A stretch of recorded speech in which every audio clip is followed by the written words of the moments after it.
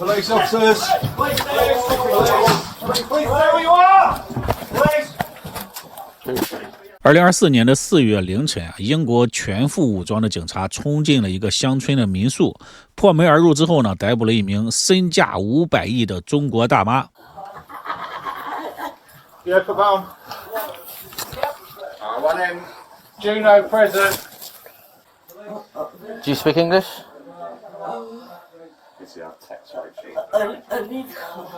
Okay. Well, take a deep breath. My name's Stacey Woods. Yes, Isabel Grotto from Met Police, okay? We believe you're Zimin Kian, okay? You're under arrest. You're going to be arrested for money laundering, Section 329 Proceeds of Crime Act. 这名大妈的名字叫钱志敏啊，虽然长相一般，但是她的身份不一般，她是一名国际通缉犯，她涉嫌55亿英镑的英国洗钱案，相当于500亿人民币啊，这也是英国查获金额最大的洗钱案了。同时呢，钱志敏曾经在中国总共诈骗了402亿人民币，让13万家庭血本无归，后来潜逃国外。而且呢，她还被称为比特币女王，因为她有19万比特币。按照现在的价格，10万美元一枚的话，换算成人民币大概是1300亿人民币啊。那么这个其貌不扬、腿脚不便的女人，她是如何从中国警方通缉的要犯摇身一变变成英国的比特币女王？那么她又怎样最终在异国他乡的床上被警方给一举抓获的呢？大家好，我是海岩，今天我们来说一下这个案件。时间回到2014年，中国天津。一家名为蓝天格瑞电子科技有限公司的企业成立啊，它的实际控制人是一位永远戴着面纱、坐在轮椅上的神秘女子。投资人呢都叫她花花啊，没有人知道她的真名，只听说她是一个高官的后代，清华双博士，从美国带来了顶尖科技回国。这名神秘的女人非常的小心，每次出面都是戴着口罩或者是面纱。公司的主营是芯片开发、比特币挖矿，还推出了一款名为生命环的智能手环，号称能够通过 GPS 和北斗双定位防止老人走失。但是呢，这个产品都只是掩人耳目的东西。更加吸引人的是公司的投资理财项目啊，他们的公司的口号是：你给格瑞3年时间，格瑞还你3世富贵啊！格瑞公司设计的理财产品收益率高的是离谱啊！投资10万元，30个月之后就能拿回40万。投资600万以上的大客户可以永久的终身分红。我的每月收入都在6、7万，我的总共的业绩已经每2个月挣了14万7，将近15万。但是现在回想一下，这2年以来，我们总共投资了110万，现在说翻了100倍以上是已经有了。贪婪就像病毒一样的蔓延，从2014年到2017年，这场庞氏骗局席卷了中国31个省份，教师、学者、退休干部等等，许多人明知道可能是骗局，却相信自己不会是最后一棒，疯狂的去拉拢自己的亲友加入。为了让人信服，钱志敏在天津搞了一个比特币矿场参观，不过呢，当时的机器都没有开机，给出的理由是有辐射，怕影响到参观者的健康啊。实际上呢，这些机器都是不能开机、无法开机的，坏了的啊，大概是市场是30块钱一个收来的。2016年的时候呢，这个骗局险些被暴露了。蓝天格瑞呢，在辽宁的活动被警方查处，20多人被抓。关键的时刻呢，花花通过中间人用830万现金贿赂了办案的经侦队长张烈啊，让主犯吴小龙获得了取保候审。就这样呢，骗局又持续了1年多的时间，总共3年的时间，蓝天格瑞总共吸纳的资金超过了402亿人民币，涉及投资者近13万人，其中呢341亿被用于支付早期投资者的那些利息，另外的1.2亿用于生命环的项目，剩下的钱全都进入了花花，也就是钱志敏的钱包。钱志敏呢，从一开始就准备好了退路，他知道诈骗肯定是不会长久的，得找一个人背锅。于是呢，他找了一个名字叫任江涛的人，让他担任公司的法人，并且呢许诺给他月薪3万，3年奖金100万。但实际上呢，任江涛每个月只能拿1万出头，直到公司暴雷。2017年的7月，蓝天格瑞以系统升级为由停止给投资者返利。这时呢，蓝天格瑞实际上就已经暴雷了。时间一长，越来越多的投资者发现了异常，多地警方连续接到投资者的报案。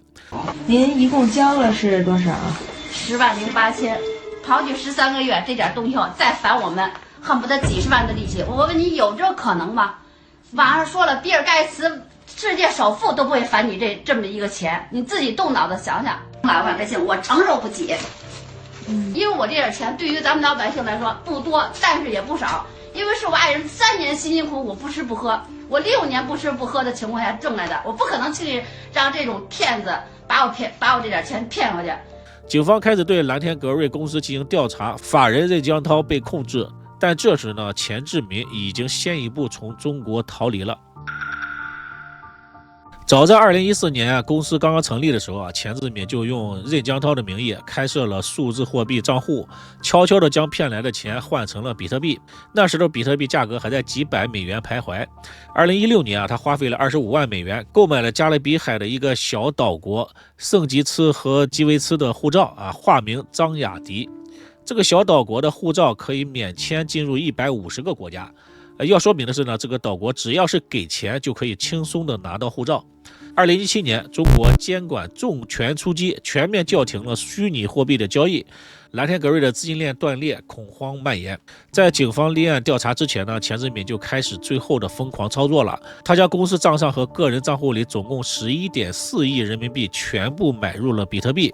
当时呢，正值国内交易所关停前的最后窗口期，他几乎横扫了整个市场，最终换得了约6.1万枚的比特币他没有将这些比特币存在任何互联网上的热钱包，而是存入了冷钱包。所谓的冷钱包呢，就是一种离线的储存设备。掌管这笔财富的密钥呢，被他写在纸上，刻在金属片上存入了加密 U 盘，用防水袋层层的包裹，贴身收藏。2017年的7月他带着存有密钥的笔记本电脑，用假缅甸护照从边境小路偷渡到老挝，然后呢再换上圣吉茨护照，以张雅迪的身份登上了飞往英国伦敦的飞机。但是他怎么也不会想到，在英国也最终没有逃脱逮捕的命运。2017年秋，伦敦一个叫温简的华人女子她是1981年出生在中国，拥有法学学士学位。2007年跟着丈夫来到了英国，生了一个儿子之后呢，和丈夫离婚了。离婚之后呢，温简只能在中餐馆做外卖员，生活可以说是捉襟见肘可以说她自己生存都是问题。没有办法呢，她只能将自己的儿子送回中国。温简自己在英国打拼，希望生活稳定之后再将儿子接过来。有一天呢，他在微信群里看到一个招聘广告，一位从中国来的张雅迪女士需要双语生活助理，月薪是4000英镑。这对于当时中餐馆外卖员住在地下室的温简来说呢，简直就是救命稻草一样。他在肯辛顿的豪华酒店见到了张雅迪，对方呢是一个穿着讲究、坐着轮椅，自称是做国际珠宝生意的女人。张雅迪解释自己是因为车祸腿脚不便，急需助手。温简被录用了之后呢，他的人生从此就天翻地覆的变化了。他帮张雅迪租下了月租1.7万英镑的豪宅，自己呢也搬了进去。而且呢，张雅迪还送给他了一个奔驰车作为代步。张雅迪把他儿子送到了私立学校，带着他出入哈洛德百货每月的消费数万英镑。温简觉得自己遇到了生命中的贵人。温简的工作呢也很简单，就是代替张雅迪在全世界买，帮人赚钱不容易，但是帮人花钱就简单很多了。先后在迪拜用50万英镑购买了高档公寓在意大利用100万英镑购买了海景洋房在瑞士用7万英镑购买了钻石等等等等当然呢，购买这些呢最终都会转给他的老板张雅迪的名下。温简也曾经对于女老板的这个生意产生过疑惑。在2017年的年底他2次飞往泰国，从张雅迪的男友那里去取珠宝，但是到手的呢并不是珠宝，而是加密的笔记本电脑。后来呢，他也问过张雅迪，张雅迪轻描淡写的解释道，除了珠宝生意呢，我们也做比特币挖矿生意那是比特币挖的矿。虽然温简多多少少也知道老板的生意不简单但是呢，毕竟对方给的钱多，自己也不想回到之前外卖员的工作，所以呢，一直配合着老板的工作。2018年，张雅迪决定在伦敦买房，他们看中了一栋价值2350万英镑的豪宅。温简以自己的名义去签约，约定1年之后呢，将产权转给张雅迪。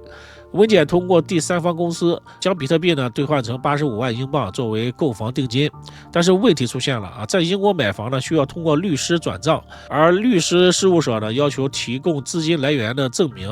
温检在官方的记录当中，1年之前呢他还是收入不足6000英镑的外卖员，他如何解释这笔巨款来源呢？温检呢就编造说是比特币挖矿所得，但是这样的理由在专业人士的面前是漏洞百出呀。于是呢，律师将事情就举报给了英国反洗钱部门，也就是那个时候，调查员乔瑞安就盯上了温检和他的女老板张雅迪。2018年10月31日，警方突袭了他们的豪宅。当时呢，温检正要开车出门，警察出示了搜查令控制了温检。破门而入之后呢，在卧室里找到了躺在床上的张雅迪，也就是逃亡中的钱志敏。张雅迪用假护照和精湛的眼镜把自己伪装成无辜的残疾商人。警方搜出了笔记本电脑和加密的 U 盘以及一些大量的现金，但是当时并没有破解出这个钱包，证据还不充分，所以呢没有立即逮捕他们。但是这次突袭让钱志敏感到了危险，他抛下了温检，再次消失，在英国各地流窜就像一个幽灵一样东躲西藏。与此同时呢，英国警方加紧调查，在2021年，他们终于破解了缴获的加密钱包。当屏幕上的数字跳出来的时候，所有的警察都惊呆了，6.1万比特币当时价值超过14亿英镑，这就成为了英国执法史上最大的加密货币洗钱案。2021年5月，温检被捕了。在法庭上呢，温检坚称自己是毫不知情，只是被利用的傀儡而已。他的律师呢，将他描绘成单亲妈妈受害者，但是呢，警方在他的公寓里发现了一个纸条，是手写的纸条，上面写着：如果他们破解了比特币密码的话，我就死定了。这就说明温检并不是被欺骗他知道自己在帮老板洗钱然后呢，经过漫长的审理，2024年的3月，温检最终因为一项洗钱罪被判了6年8个月，但是主犯钱志敏这时候仍然在逃。14亿的英镑可不是小数字这可把英国警方给干兴奋了。英国警方持续的去追踪。2024年的2月，钱志敏的比特币关联账户有 8.2 枚比特币被转移到了一个名字叫林成福的账户。林成福呢，经过调查是一个马来西亚人。英国警方就通过追踪调查林成福，最终呢找到了主犯钱志敏。当时呢，钱志敏躲在一个偏僻的乡下的一个民宿里面。2024年的4月18日，英国警方抓捕行动开始。当警察破门而入的时候，钱志敏正躺在床上，被当场抓获。警方再次找到了一个加密的比特币密钥里面有价值6700万英镑的比特币，相当于6.3亿人民币被捕之后的钱志敏呢，最初是坚称无罪，声称自己是被迫害的加密货币投资人。但是呢，随着中国警方提供了大量的证据包括蓝天、格瑞卷宗和受害者的证词，他的谎言逐一被击破了。因为警方和中国没有引渡协议，因此呢，钱志敏需要在英国被审判。2025年的9月29日，案件在伦敦的法院开庭。中国的办案警察亲赴英国出庭作证，还有多名的受害者远程视频作证。钱志敏最终认罪了承认持有犯罪财产和转移犯罪财产的2项罪名，并且交出了剩余的6.1万枚比特币。但是呢，还有2万枚比特币据说是被盗了，目前不知去向。Chan's notebook says lost, and those 20,008 bitcoins haven't moved since 2017. And what would that be worth nowadays? Well, we'll go for a billion and a half, something like that. $1.5 billion lost just in the wind. Yeah. 2025年的11月11日，法庭宣判钱志敏被判了11年8个月的刑期。到此为止呢，案件似乎已经尘埃落定了，但是有一个更大的问题浮出了水面。案件中查获的50亿英镑，也就是现在价值约500亿的人民币，到底是属于谁？按照英国的法律呢，如果没有人认领的话，这笔钱一半归警方，一半呢归英国的内政部。对于财政紧张的英国政府来说，这无疑是一块天上掉下的肥肉呀！很明显，英国政府肯定不会轻易放弃这一大笔钱的。但是中国受害者非常的愤怒那是我们的血汗钱呀！代表上千名受害者的律师已经发声，要求返还资金。如果英国政府能够退还这些所有的赃款的话，那么中国所有的被骗的受害者呢，都会得到赔偿，而且呢还会有剩余。然而呢，追偿之路非常的艰难，中国的老百姓呢需要通过复杂的国际司法程序，在英国的法庭上证明自己的权利啊，这就有一些难度了。那么你认为这笔钱还能不能追回来呢？欢迎评论区里留言说说你的想法。今天呢就到这里，感谢收看，别忘点赞，我们下期再见，拜拜。